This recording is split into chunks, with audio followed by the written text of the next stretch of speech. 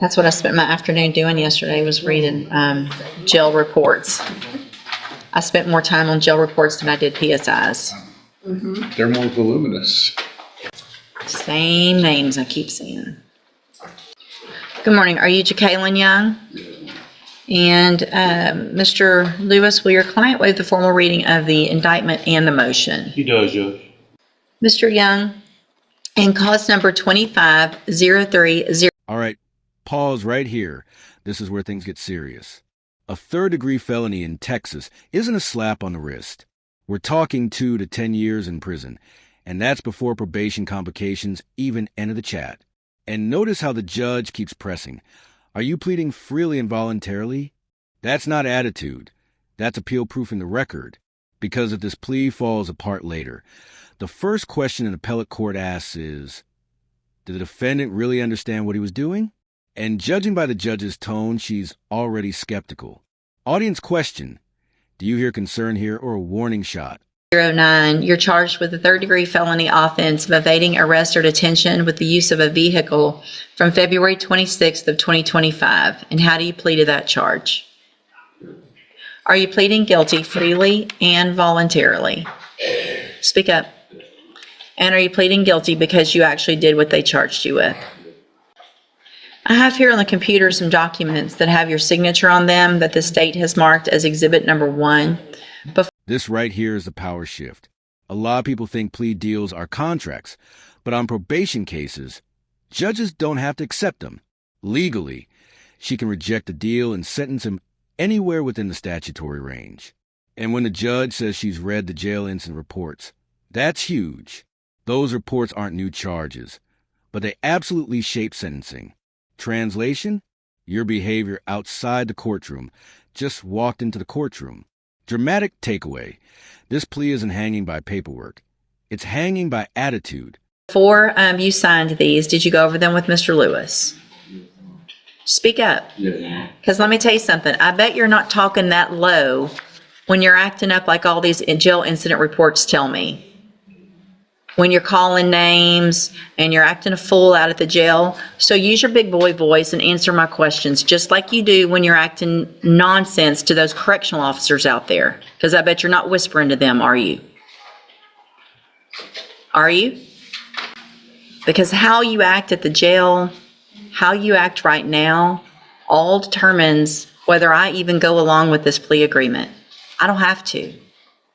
You're on a probation. I don't have to take plea agreements on any probations. If I find that you violated your probation, I can give you anything I want to in that range of punishment. And I can say, you know what, I'm not going to let you guys negotiate. That I don't have to do that legally. So you better be careful with your faces and your words and your attitude, because I've read all of these and I already don't have a good feeling. Do you understand?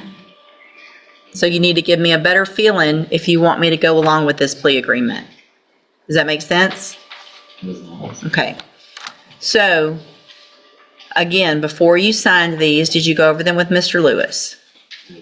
Do you fully understand them?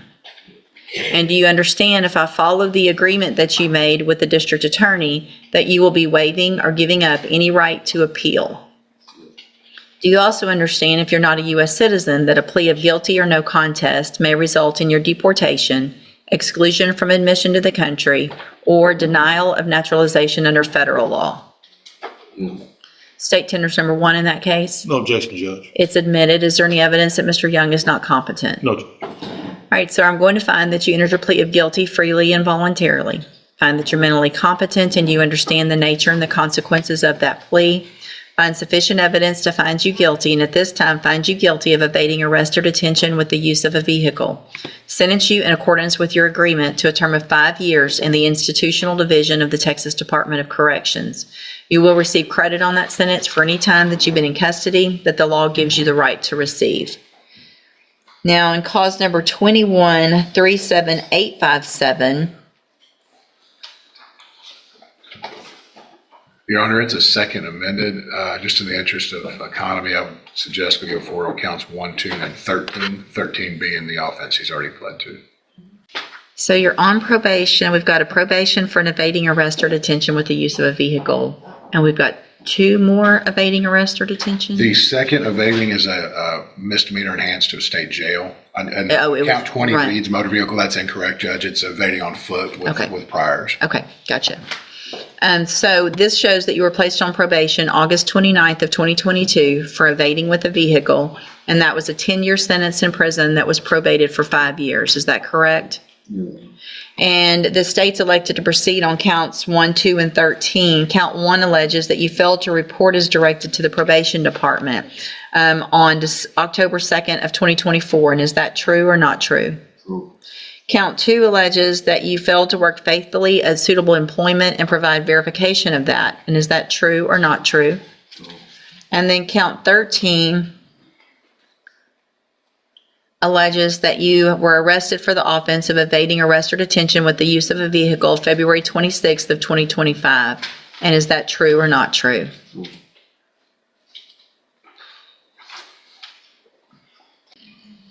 What's the status of the possession and the failure to ID from that date? I believe the failure is, I think, still pending. The misdemeanor. The failure ID is still pending next door. And examining the probable cause affidavit from that date, I don't see that there would be a possession charge, Your Honor. Okay. Let me look at something real quick. What I'm looking at, just so that you know, I'm trying to. And there it is. The deal collapses. This is a motion to revoke probation, which means the original sentence is back on the table. The 5 years sounded safe until behavior turned it into 8. This is courtroom reality.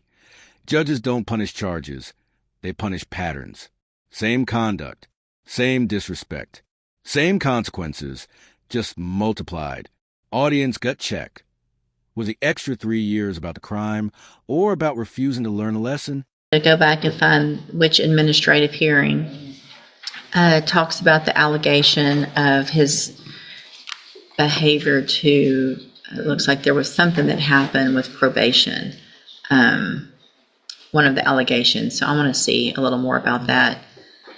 That coupled with what's been going on in our jail may or may not affect my same thing.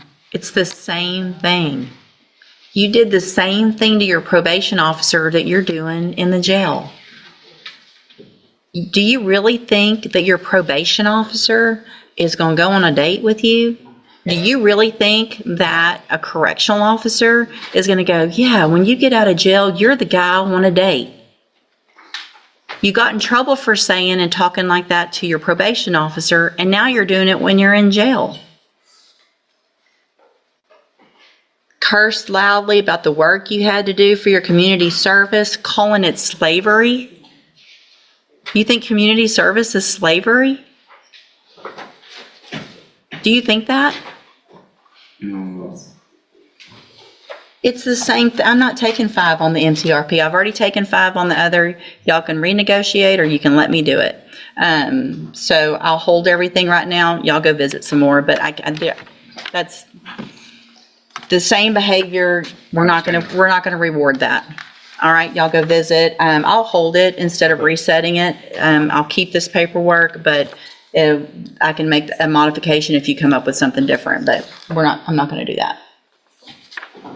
All right, so we are back on the record in cause number 21-37857. And again, you're Jacqueline Young, right? And in that case, which is the motion to revoke probation, Mr. Young had entered pleas of true to counts 1, 2, and 13. There was an agreement for 5 years in the institutional division, which I said I would not accept. Have you guys had an opportunity to visit? We have, Judge. And what is the... The new agreement is 8 years TDC. All right, I'll take that. And Mr. Nichols, that's your agreement as well? Yes, Your Honor. All right, Mr. Young, again, I have some documents here, like the other case, that have your signature on them, that the state's marked as Exhibit Number 1. And before you signed these, did you go over them with Mr. Lewis? Speak up. And do you fully understand them also? And I have made the notation with everyone's agreement on the agreed punishment recommendation page that that's changed from 5 to the 8. Yes, ma'am. Yes, Your Honor. Thank you. All right. State tenders number 1 in that case? No objection. It's admitted. And so, Mr. Young, I'm going to find that you entered your pleas of true to counts 1, 2, and 13 freely and voluntarily. Find those counts true.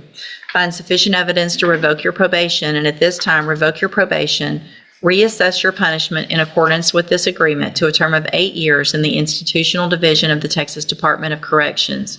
You will receive credit on that sentence for any time that you've been in custody that the law gives you the right to receive.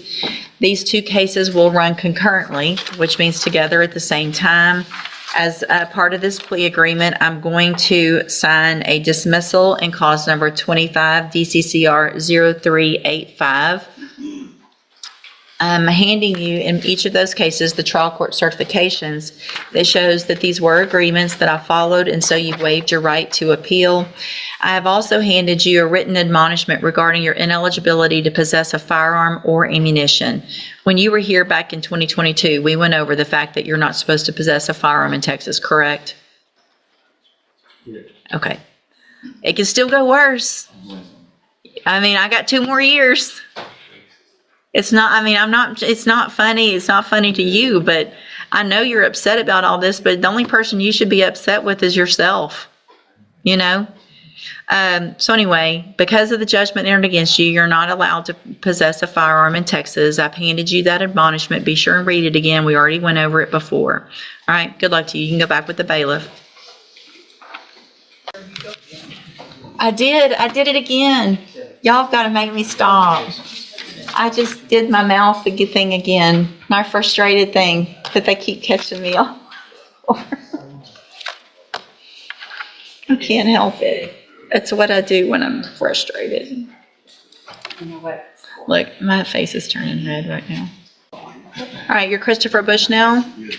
And so Mr. Bushnell has 2 cases, an evading arrest or detention with a motor vehicle and engaging in organized criminal activity, and cause numbers 25-0112 and 0113.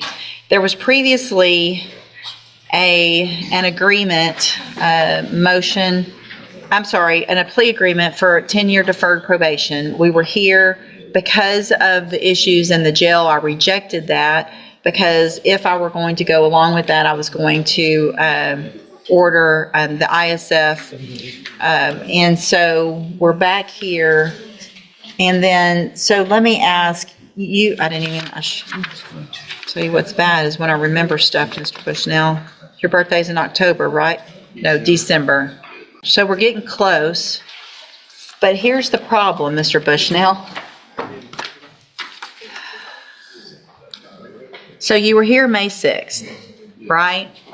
And I didn't accept these plea agreements, and I got pretty upset with you because of what had been going on in jail, right? Yeah. And what did I tell you? Back with no write-ups. You know how many write-ups you've gotten since May 6th? You want to take a guess? Too many to count. Too many to count.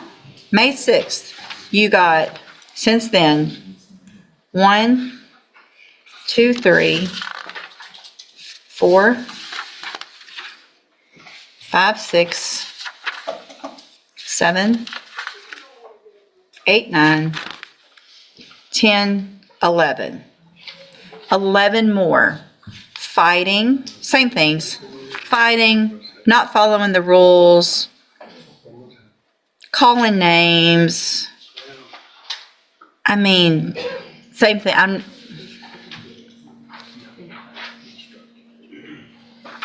You don't like following rules, do you? I do.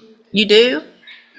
What part of calling a correctional officer the names that you've been calling